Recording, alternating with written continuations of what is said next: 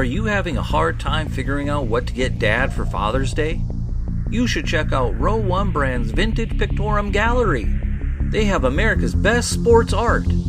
With over 7,200 historic sports prints, you're assured to find something unique for Dad this Father's Day. Instead of a boring old tie, get him a historic baseball photo taken by Henry High Sandham at the historic Polo Grounds Stadium in New York City during the 1894 Temple Cup.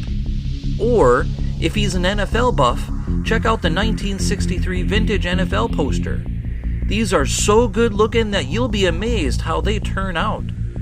Shop now at sportshistorynetwork.com/row1 and save 15% off your order.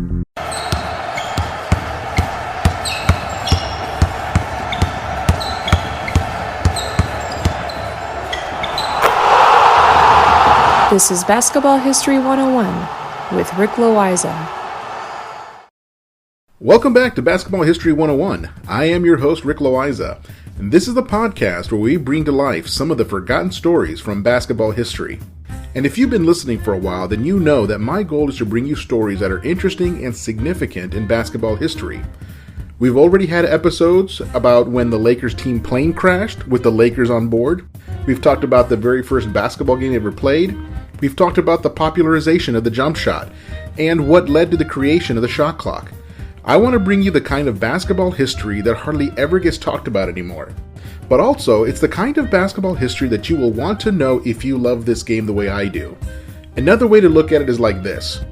I enjoy watching today's basketball even more because I know where the game came from and how today's game is connected to yesterday's game. So with that, let's get on with today's story. Today we're going to talk about Chuck Taylor. You don't have to be a basketball fan to know that name. Almost anyone who knows anything about fashionable footwear knows the name Chuck Taylor. You might even have a pair of his shoes in your house right now. His shoes are those canvas athletic shoes with a piece of white rubber covering the toes. Today, the shoe comes in a variety of colors. You can find them in low tops, high tops, some that go all the way up to the bottom of your calves. I've even seen a custom pair that go all the way up to the knees. But who was Chuck Taylor? Why has this iconic shoe been named after him? Well, you might be thinking that he must have been one of the greatest players of all time, but he wasn't. He didn't even play college basketball. But despite that, he still did play 11 years of professional basketball in the 1920s and early 1930s. So let's get into his origin story. Born in Columbus, Indiana, he was a high school basketball star. He was chosen as an all-state player during his junior and senior years in 1918 and 1919. From there, he went directly into semi-pro basketball. Now, semi-pro means that you were getting paid to play the game, but you also had to have a day job to make ends meet. Today, we might call that a side hustle. Basically, basketball was his side hustle. And this is just how it was back in the 1920s. There were virtually no players in that day who could completely support themselves and their families from just their basketball income. The average guy would have had to play 200 games a year to make enough money to live on. Now, while all of this is happening and Taylor is playing semi-pro ball, there was a new shoe company in Boston founded by a man named Marquise Mills Converse. And his company was called the Converse Rubber Shoe Company. He made shoes for men, women, and children with rubber soles. Now you might be thinking, so what? Well, having rubber on the bottoms of the shoes meant that you would not slip as easily when walking. And Converse was one of the very first people who thought that rubber soles would be a good idea. Around 1915, he decided to start making shoes specifically designed to be used indoors on a hard surface. And this was a huge development for basketball. Prior to that, players would wear something that looked like a high-top dress shoe. They were slippery, and it made it difficult to change directions quickly. But that was all they had at the time. So this really was a huge leap in athletic footwear. So Converse starts selling his shoes, which were a huge hit with basketball players. They didn't slip on the court. The rubber sole gave more of a cushion when playing. It was easier to change direction quickly. All of this was really great for the players. But don't get me wrong, they were nowhere near as comfortable as shoes are today.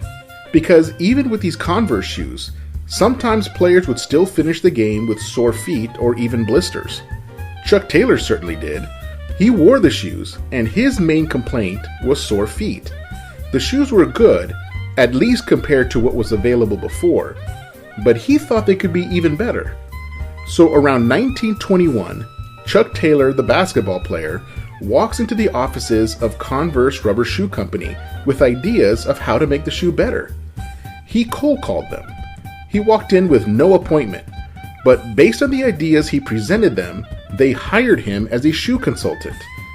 He helped develop an updated version of the basketball shoe, and the shoe was called the Converse All-Star. But Taylor wasn't done there. Not only was it important to develop a better shoe for basketball, it was also important to develop the market for basketball shoes. In other words, if you wanted to sell more basketball shoes, then you needed more basketball players to sell them to. So Taylor started one of the earliest formal basketball clinics at North Carolina State University. There, he taught kids how to play this amazing game. And he was doing all of this while still playing professionally himself. Whenever he got a chance, he would organize clinics all over the place. He literally traveled all over the world trying to spread the message of the game of basketball. He held clinics in Hawaii, Europe, Africa, Puerto Rico, South America, Canada, and Mexico. Through these clinics, he was literally creating new basketball players everywhere he went. And each of those players needed a pair of Converse to play in. To further promote the shoes in the United States, the company sponsored a barnstorming team that Taylor would play for and manage. The team was called the Converse All-Stars, and as you can imagine, they wore Converse All-Stars on their feet. The team was an extension of the marketing plan to sell more shoes. The better the team played, the more shoes they moved. If TV existed back then, you can imagine a 1920s version of an Air Jordan ad where Mars Blackman says, "Money! It's gotta be the shoes!"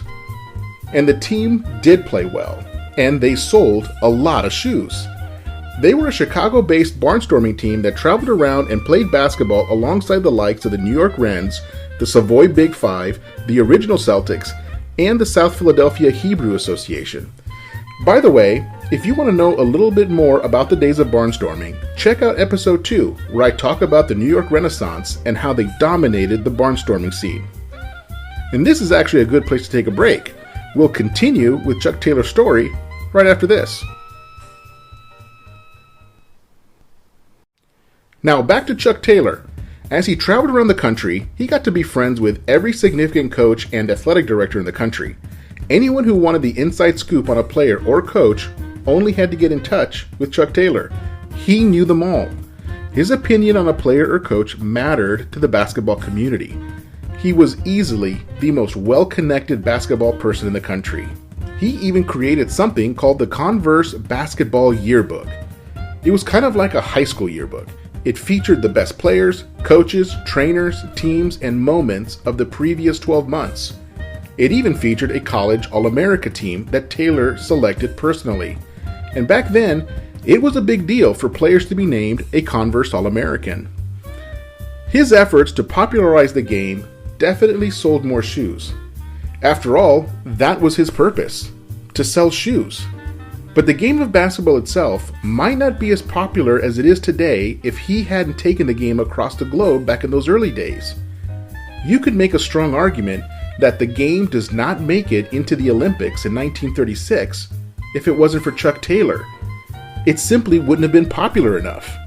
And even to that end, the Converse All-Stars basketball shoe became the official basketball shoe of the Olympics and the United States Armed Forces. The United States military wanted Converse All-Stars for all of their soldiers to use for athletic training. Now here's the really great part of the story. The company was so enamored and pleased with Taylor's efforts that they decided to rename the shoe after him. He was basically the best salesperson they'd ever had. From then on, the shoe would be called the Converse Chuck Taylor All-Stars, which is why they're still called that today.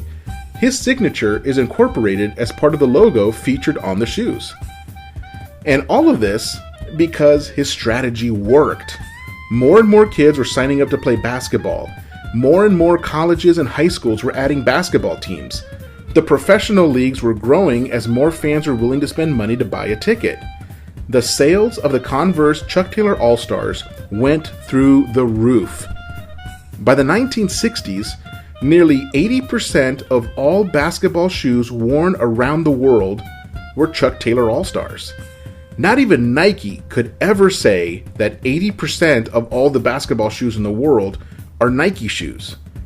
Converse had total shoe domination, and these shoes were in the game for a really, really long time. Small improvements were made to the shoe regularly, but the basic canvas shoe was part of basketball at all levels from the 1920s through the 1960s. That's a 50-year run with basically the same shoe. I mean, even the Air Jordans give you a brand new model every year that includes improvements over the previous edition. But in the late 1960s, Adidas, or Adidas as the rest of the world correctly pronounces it, they decided to enter the basketball shoe game. And their leather shoe was a major improvement over the canvas Converse version. And not to be outdone, Puma also came out with their own version of a basketball shoe that came in suede and was popularized by the legendary Walt Frazier. The Puma shoe was the first basketball shoe that was not only functional, but incredibly stylish. The canvas Chuck Taylor All-Stars were finished. They were no longer considered a proper basketball shoe. And as a side note, the guy that started Adidas and the guy that started Puma were brothers, and they were extremely competitive with each other.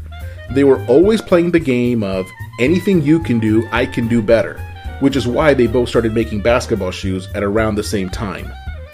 Now, if I had to provide a list of the people who had the greatest impact on popularizing the game of basketball on a global scale, I would say Michael Jordan, and by extension, the rest of the 1992 Dream Team when they went to the Barcelona Olympics. They showed the entire world what basketball looks like when it is played by the absolute best players in the world. Then, I would say Yao Ming, who really opened up East Asia, and particularly China with its 1 billion people, to the NBA in the early 2000s. And third, I would say Chuck Taylor, with all of the clinics that he put on all over the world from the 1920s to the 1960s. Converse would re-enter the basketball market in the late 1970s with a completely redesigned leather shoe, the Converse All-Star 2.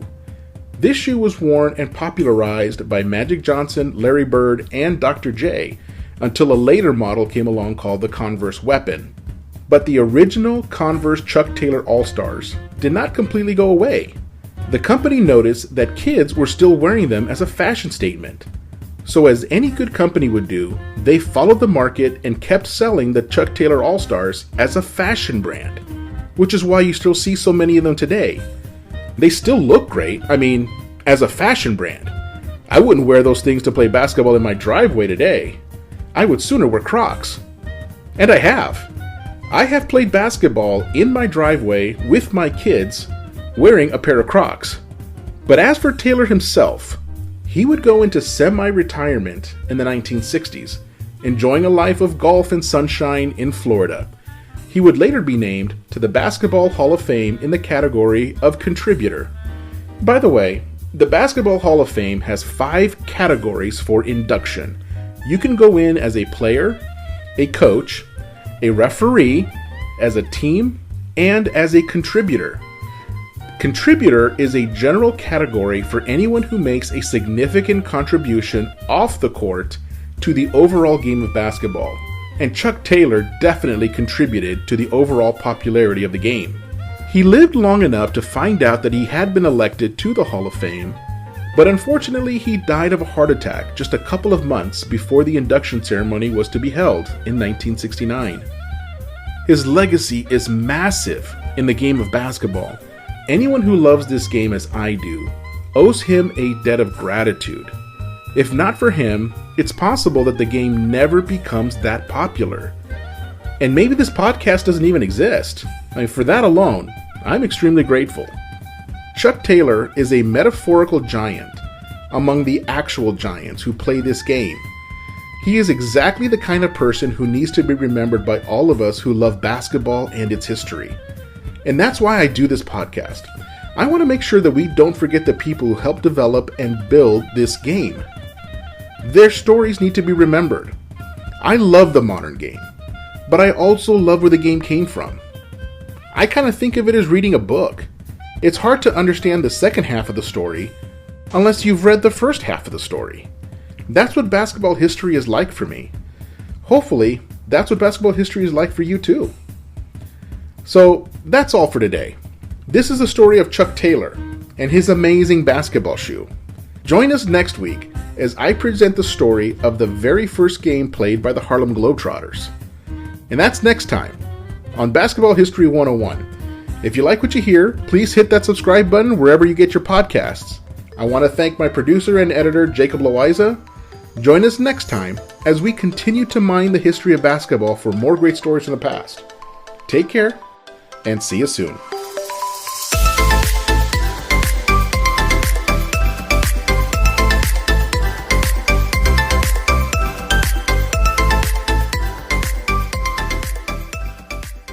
We here at the Sports History Network proudly partner with 26 podcasts, all revolving around the history of sports. But did you know that many of our hosts were sports history authors way before they started their shows? It's true.